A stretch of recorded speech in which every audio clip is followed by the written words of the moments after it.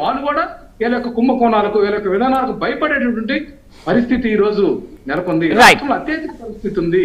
ఈ రాష్ట్రంలో emergency, అప్రకటిత emergency కొనసాగుతూ వైసీపీ నాయకులను కార్యకర్తలను అరెస్ట్ చేస్తున్నారు తప్ప మరొకటి కాదు మేడం. రైట్ అప్పారావు గారు, అంతకు ముందు లూలు కావచ్చు, ఉర్సు కావచ్చు, కాగ్నిజెంట్ కావచ్చు, ఇప్పుడు టీసీఎస్ ఇంత తక్కువ ధరకి ఎందుకు అమ్ముతున్నారనేది ప్రశ్న పదే పదే లేవనెత్తుతున్నారు. అయితే ఇప్పుడు 1375 కోట్లు పెట్టుబడి 12,000 ఉద్యోగాలు, సంస్థలు లే ఆఫ్ ప్రకటిస్తుంటే ఈ 12,000 ఉద్యోగాలను అసలు ఎలా నమ్మొచ్చు? నిజంగా పరిశ్రమల వల్ల అంత ప్రయోజనం చేకూరుతుంది అంటారా?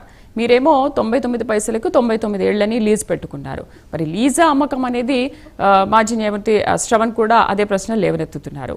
మరి దీనికేంటి అసలు ఈ సందిగ్ధం ఏంటి అసలు? ప్రజలందరికీ తెలియాలి ఒక విషయం. 2007 అనుకుంటారు, బెంగాల్లో టాటా మోటార్స్ నానో వాళ్ళు పెడదాం అనుకుంటే వాళ్ళు భూములు కేటాయించారు ప్రభుత్వం. ప్రతిపక్షాలు కూడా జన్నారు, మమతా బెనర్జీ అనుకుంటారు ప్రతిపక్షం వాళ్ళు పెద్ద గొడవలు చేశాయి అక్కడ ఇట్లాగే.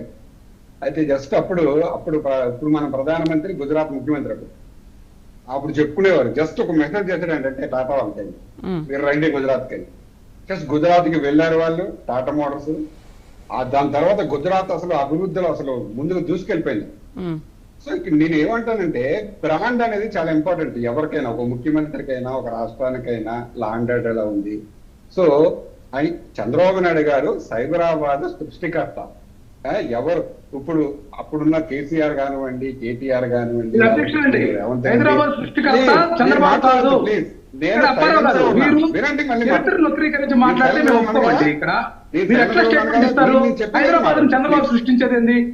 మతిపోయిందా చెప్పండి?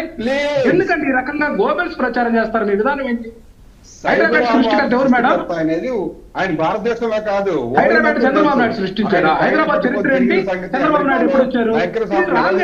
మీరు ఐఎస్బి ఎలా వచ్చింది? రాంగ్ స్టేట్మెంట్స్ ఇస్తారు. పోటీ పడినా కానీ ఐఎస్బి రాంగ్ యాటిట్యూడ్ అండి. అప్పారావు గారు ముందు దాన్ని ఉపసంహరించుకోండి.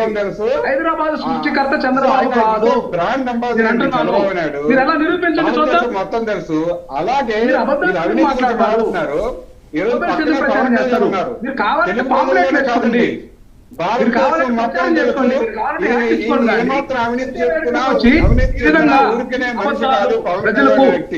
ప్రజల మెదడులోకి అబద్ధాలు నెట్టాలని మీ ప్రయత్నాన్ని మాత్రం.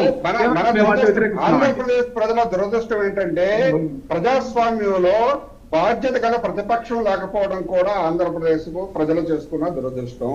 మీరు ఏదైనా ఉంటే నిజంగానే లీజ్ సమయం ఉంటే అసెంబ్లీకి రండి, వచ్చి మాట్లాడండి, ప్రజలంతా చూస్తారు. లీజ్ అనేది జగన్మోహన్ రెడ్డి గారు లేఖ రాశారు. ఇక్కడ అధికార పక్షంలో 3 పార్టీలు ఉన్నాయి, ప్రతిపక్షంగా మా పార్టీని గుర్తించమని లేఖ రాస్తే రాజ్యాంగబద్ధమైన పార్టీలో ఉన్నటువంటి 5 పార్టీలు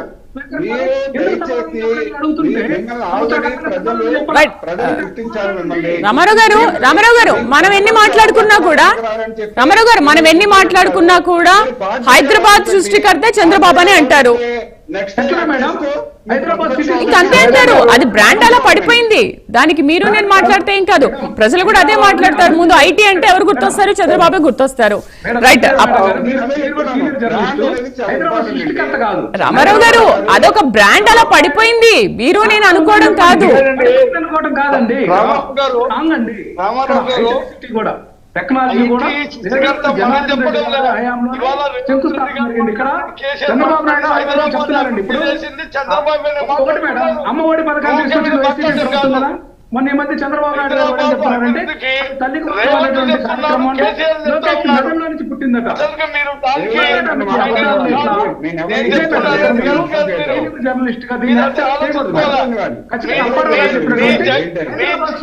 చంద్రబాబు నుంచి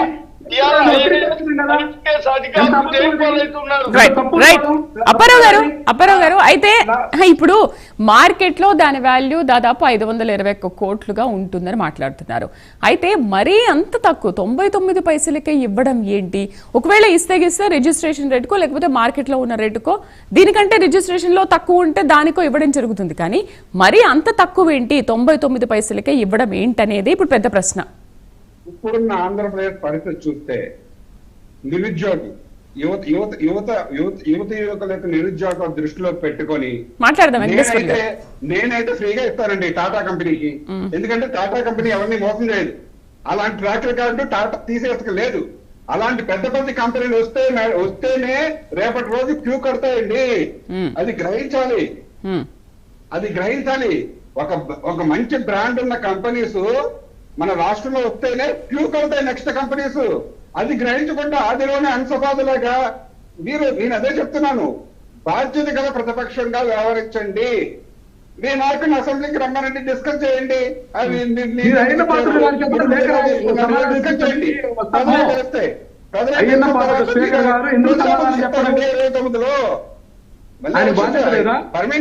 రాజ్యాంగాన్ని ఆయన అమలు చేయడా, రాజ్యాంగాన్ని అనుసరించడా, ఇక్కడ భారతదేశ చట్టాలను అనుసరించరా?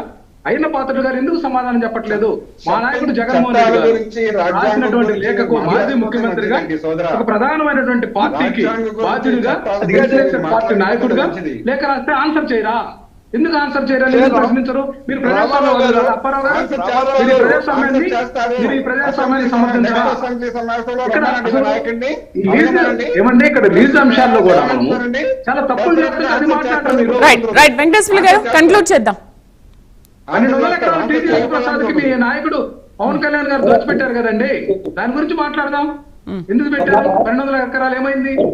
మీ నాయకుడు ప్రశ్నిస్తా ఉన్నారు, మీ పార్టీ వాట్సాప్ రాజకీయాలకు వ్యతిరేకమని. మీ యొక్క సిస్టమ్ ఇది మేడం. ఇక్కడ ఒకటే మేడం, వెంకటేశ్వర గారు రూపాయల భూములను అపరావు గారు 1 minute అపరావు గారు, రామారావు గారు ఇక్కడ ఆంధ్రప్రదేశ్ లీజ్ యాక్ట్ అనేది 1956 అవుతుంది మేడం.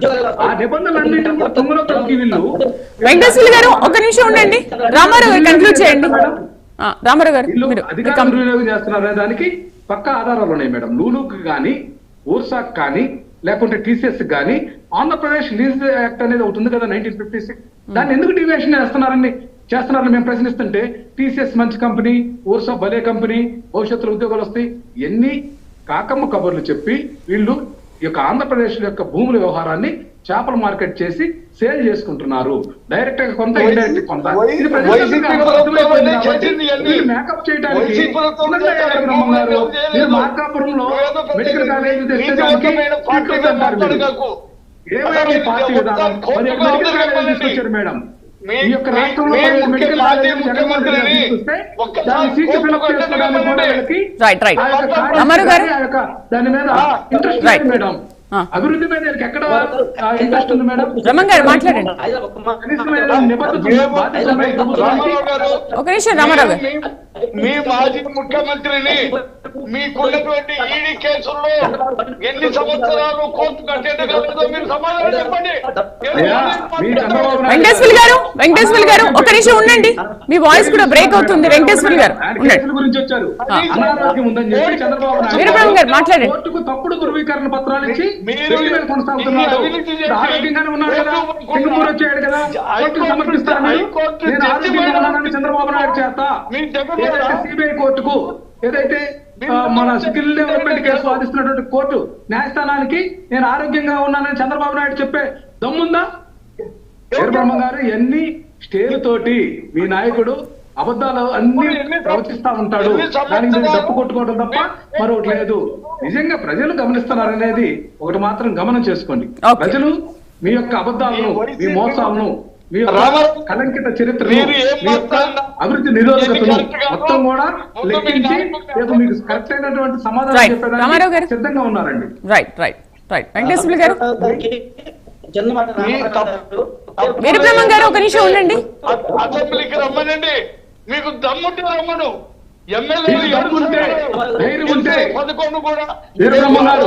స్పీకర్ ఉన్నాడే అబద్ధాల స్పీకర్, అయిన పాత్రుడు, అబద్ధాల స్పీకర్, బూతుల స్పీకర్ చేశారు కదా, బూతులు తిట్టే వ్యక్తులు స్పీకర్ చేశారండి.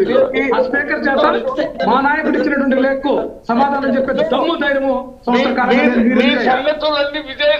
చెప్తున్నాడు. చట్టాలను, రాజ్యాంగాన్ని వక్రీకరించి పాలన చేయాలనుకుంటే ఇది దుస్సాహసం అవుతుంది. ఈ యొక్క ప్రజాస్వామ్య విధానంలో ఈ యొక్క ఆంధ్రప్రదేశ్ లో అయితే మీ యొక్క విధానాలు చెల్లవు, ఖచ్చితంగా మీకు చెంపపెట్టి తగులుతుంది. రైట్ రైట్ వెంకటేశ్వర గారు కంక్లూడ్ చేద్దాం. ముఖ్యంగా మేడం ప్రతిపక్షాన్ని కూడా ఒక సలహా ఇవ్వదలుచుకున్నాము. రామారావు గారు వినాలి. ఇప్పుడు